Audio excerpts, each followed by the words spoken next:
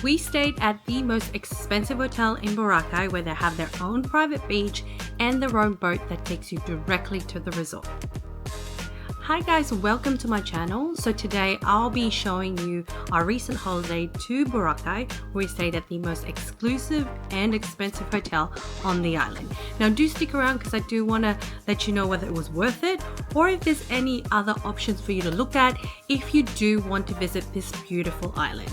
And please don't forget to like and subscribe if you wish to see more videos just like this. Now let's get into it.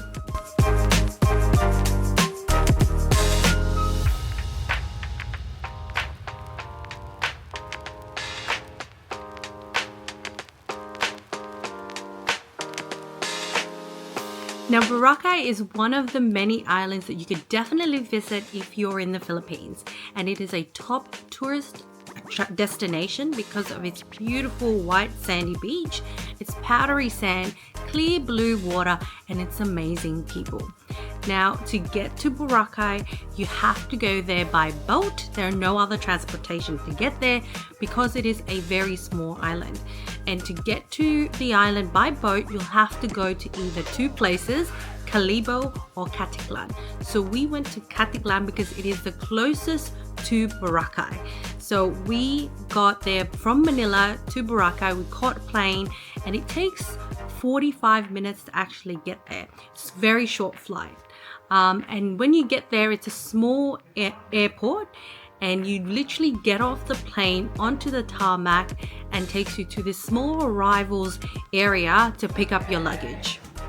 Now from the arrivals area, you get your luggage. It's quite small. You go outside, and I don't have a video of this because I actually didn't have hands. I had both my son, my baby, and luggages helping out my husband to carry the luggages, so I didn't get to show you the many people that are waiting for you with signs. These signs, they've got the signs of the hotels that you may be staying at, so you just go to the person that has that hotel sign and they'll have a checklist of your name. Don't forget to send them your details before you arrive because they do want to make sure that they have enough space to take you, if it's just in case there was other people that was on the same flight with you and they're also going to that resort. So always let them know what your details are, what time your flight is, what time your arrival is, so that they can arrange that for you. So we are staying at Shangrila Spa and Resort. That's where we're staying at, and it's quite easy based on our experience. The guy was outside, he had the sign, and he took us into a van, and that van took us to their own private lounge. So the Shangri-La actually had their own private lounge where you could stay and sit and kind of, get refreshed. They give you hot towel to wipe your face. Not hot towels, cold towel to wipe your face, kind of freshen up because it's so hot in Boracay. So we got there, they have their own private lounge. You wait there until you get transferred onto their own private boat that takes you directly to the resort.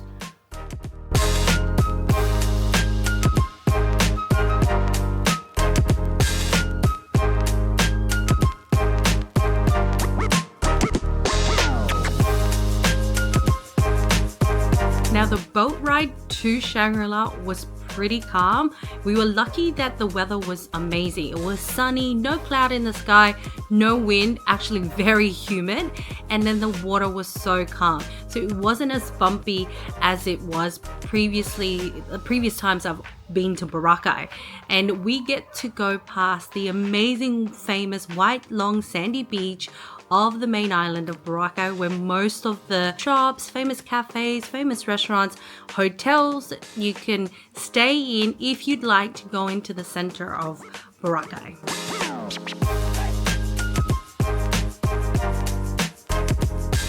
Now, when we arrived at Shangri-La's jetty, we were welcomed by drums and cheers. It just felt amazing, felt really island vibes. And then you have this beautiful view of the rooms and tree villas that Shangri-La has, its famous villas. It was just an amazing sight and view. Now, the reason why this hotel is so exclusive and expensive is because Shangri-La has its own zone or what they call their own part of the island that is exclusive to just Shangri-La's guests. They also have their own private beach exclusive to the hotel.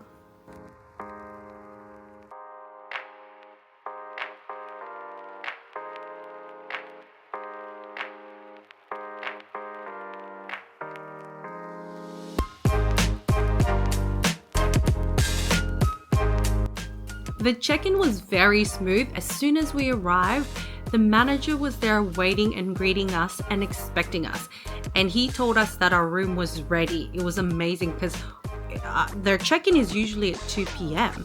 and they allowed us to check in at 11 a.m. We arrived at 10:30 and they were considerate that we had our baby and that it just wouldn't be ideal for him to be waiting up until 2 p.m. Although there is so much things to do at Shangri-La. You could stay by the pool, you can go have lunch at the pool, but they were just considerate that the fact that I had a baby, they were wanting to have the room ready by then. So I do want to say shout out and thank you to the manager at Shangri-La that allowed us to check in early. So that was really good. So the room that we booked is a Premier Deluxe Sea View room. Now there are two types of sea view room. They both shows amazing view of the ocean. So you actually have access to that from your balcony. But the difference is one is a deluxe sea view room, which is at a lower level. And then the Premier Deluxe Sea View room, which is a higher level. This gives you unobstructed view of the ocean.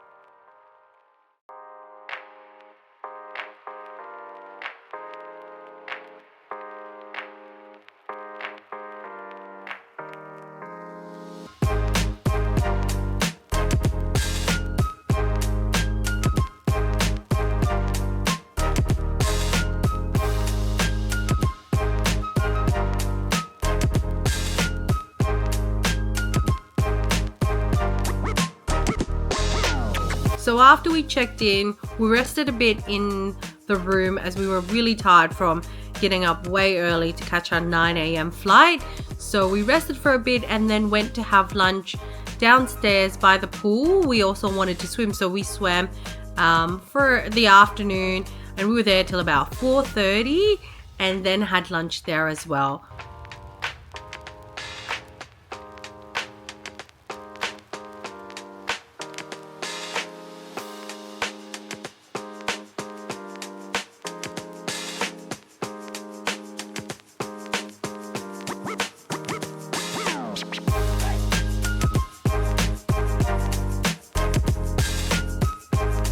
Went back up to the room and enjoyed the room as well before we headed down for dinner.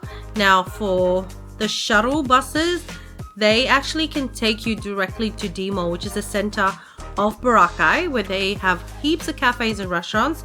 So we decided to actually have dinner at the main center, so central Boracay, where there's the cafes and the restaurants. So we could choose whichever we want for dinner. And the shuttle from Shangri-La to the main area, the main spot for Boracay is scheduled. So there's different times for the shuttle to take you to D Mall. And there's also scheduled times that take you from D Mall, from the center of Boracay back to Shangri-La.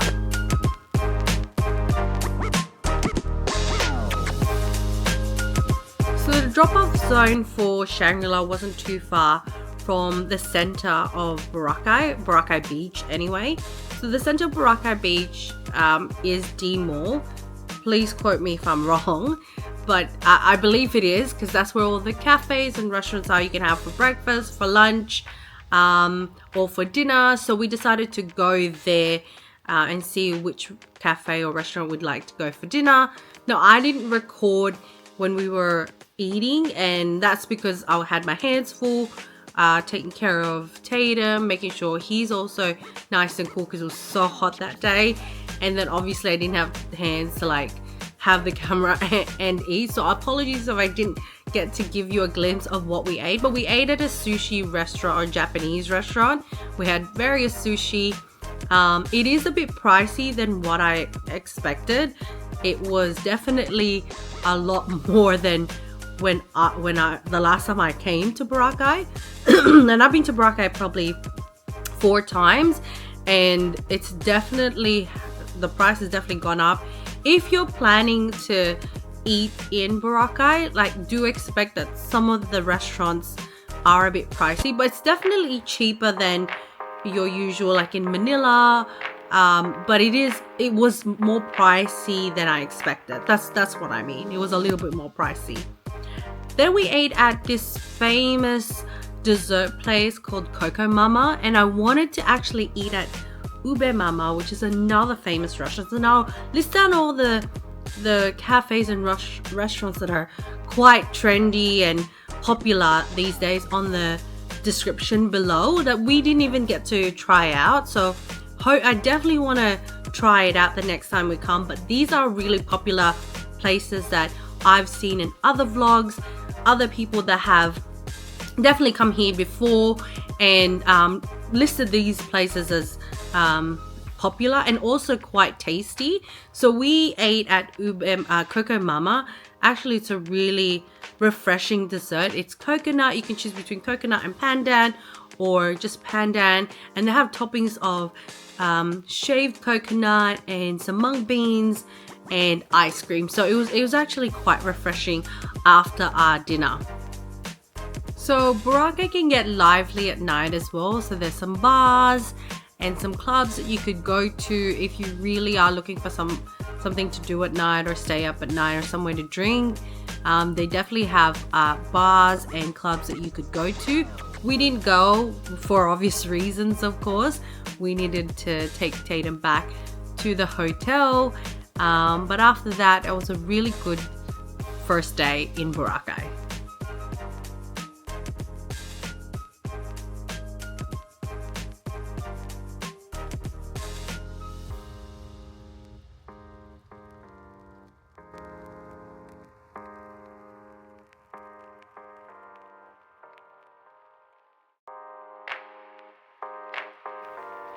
So the buffet breakfast is what I was looking forward to for this trip. I've heard so many reviews of this amazing buffet breakfast spread at Shangrila Boracay. So when we woke up the next day, I was so looking forward to having breakfast. We woke up early, but I didn't actually get down to breakfast until about 8. I woke up at 6 to get down to 8 because we had to obviously feed Tatum and we had to get him ready so he's not fussy when we were eating breakfast. So I was really looking forward to it. Now this spread is amazing.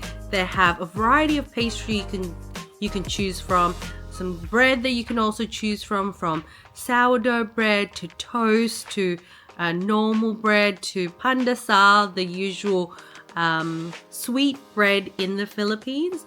And they also have a variety of fruits that you can choose from, and they make you smoothies. So it's a great spread. And then on the main, they even have dishes from different countries. Like they have Indian dishes, they have Filipino dishes, they have Mexican dishes. They even had a I think it was a quesadilla section where you can make breakfast quesadillas, which I've never seen before, and they've had it. And then your usual staple breakfast, which is your taho. For Filipinos, it's taho. It's a soft tofu with pearls and with sago and pearls and brown syrup. There's even sushi section for breakfast if anyone's up for it. There's definitely food that I would probably consider lunch at breakfast, but it was amazing because then I could just eat breakfast, a heavy breakfast, and not be able to eat lunch. I could have an early dinner instead of having lunch. So I think we did that because we didn't want to spend money at lunch because it was just already expensive as it is. So I think we had a pretty heavy breakfast, and obviously you have so much to choose from, so it's a buffet, so why not? So that's what we did. We pretty much had like rice, we had a noodle soup. They actually had a noodle soup station, so it was really good. They even have desserts, so they have like ice cream if you're into that for breakfast. There's obviously pancakes and waffles for the kids. They even have a traditional Filipino dessert, which is called puto bumbong, and it's literally glutinous rice wrapped up in a banana leaf that they put into a steamer. It tasted so good. I think I have a photo of it. I'll just slide that in there. I tasted, that's my favorite dessert. I think that's recently new. Actually, that's a recent new dessert that I like from the Philippines. So they had that. So when they had that, I was pretty excited, and I ordered that straight away. And then they even have healthy sections. So you have your muesli, you have your deli as well. So if you want something cold, if you want cold cuts or deli in the morning and cheese, then they'll have that. And then they even have at the deli section these little salmon bagels or like deli sandwiches. It was such a good spread. I think you definitely get your money's worth with the buffet breakfast, which is included in your rate as well. Now the question is it worth it if you book at Shangri-La, which is the most expensive and exclusive hotel in Boracay?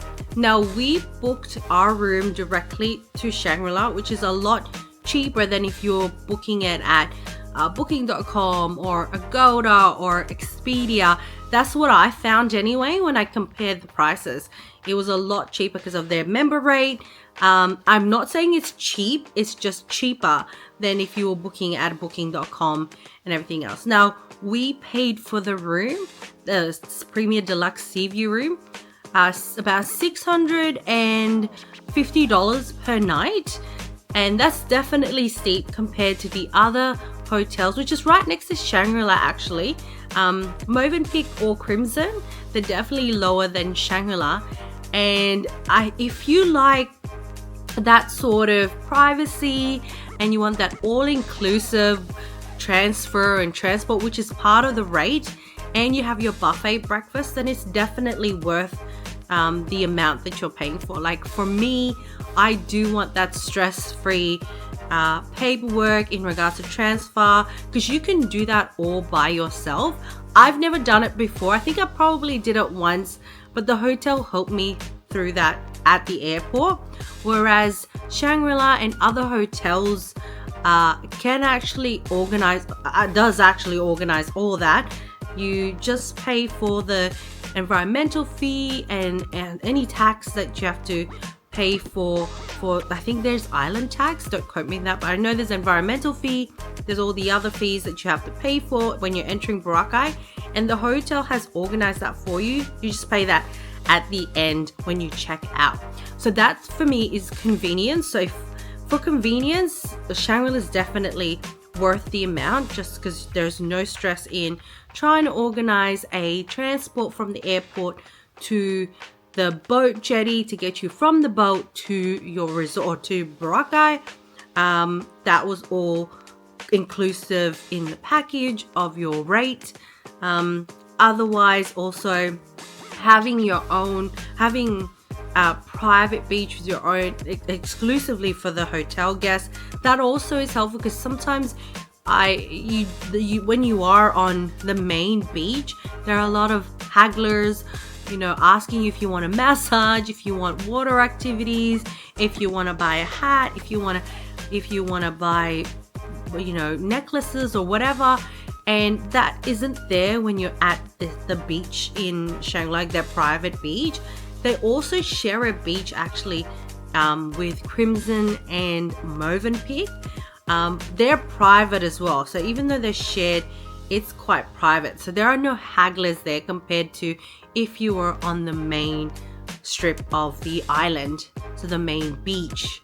So that's also a good thing in regards to your money's worth. You know, there's no hagglers, it's a private beach, no one's bothering you in regards to buying anything. It's just very exclusive. There are other options if Shangri-La is quite pricey. Again, if you're looking for convenience, as I said, in hotels trying to organize, in hotels, you know, organizing your environmental fees, your tax, your transport, everything else inclusive that isn't as expensive as Shangri-La, then there are hotels like Movenpick, Crimson, that is as exclusive and have their own private section of the island, and that's actually right next to Shangri-La. And then there is also the Lynch Hotel, which I've stayed at, and it's amazing. I mean, the beach in front of the Lynch is so powdery white sand. Compared to actually Shangri-La, the beach on Shangri-La, the sand isn't as powdery white as it is on the main strip of Boracay, and that's where it's really famous for, is that white powdery sand. So that's the Lynch is also another option, and I'll list this down in the description below. So there are other hotel options that you can look at that are more on the affordable side and definitely still have that convenience where everything, all the transportation and paperwork in regards to fees, tax fees and environmental fees that you have to pay for when visiting Boracay is all organized, and you just have to pay that at the end. There are definitely hotels right on the island and are more affordable, and it's also, if you're looking for hotels that are just in the center of all the cafes and restaurants and shops that you want to visit without having to transfer from a van to get to the center, there's hotels like Hainan, which has Hainan Regency, Hainan Gardens, Hainan Crystal Sands. I'll list all that below. There's also hotels like Astoria, the District. So these are definitely hotels that you can look at to see if they like to choose from, that are definitely at the center of Boracay with all the shops and restaurants, and of course the white sandy beach, which is right across the hotel. So that's definitely an option for you to look at. So thanks guys for watching this video, and I hope you liked it. I hope it also gives you a bit of insight on what Boracay is like, and also this helps inspire you to come to Boracay. Definitely didn't get paid for this at all. I didn't get paid for Shangri-La to come here. This was all just a trip that we took as we were already in the Philippines for a wedding, so we thought we'd make a little holiday out of it, and so we decided to visit Boracay. And also we've always wanted to stay at Shangri-La, so we had decided to also stay at Shangri-La. Please don't forget to like and subscribe this video and this channel if you do want to see more videos just like this. I do hope you stick around and look through and subscribe to my channel. Thank you guys. Bye.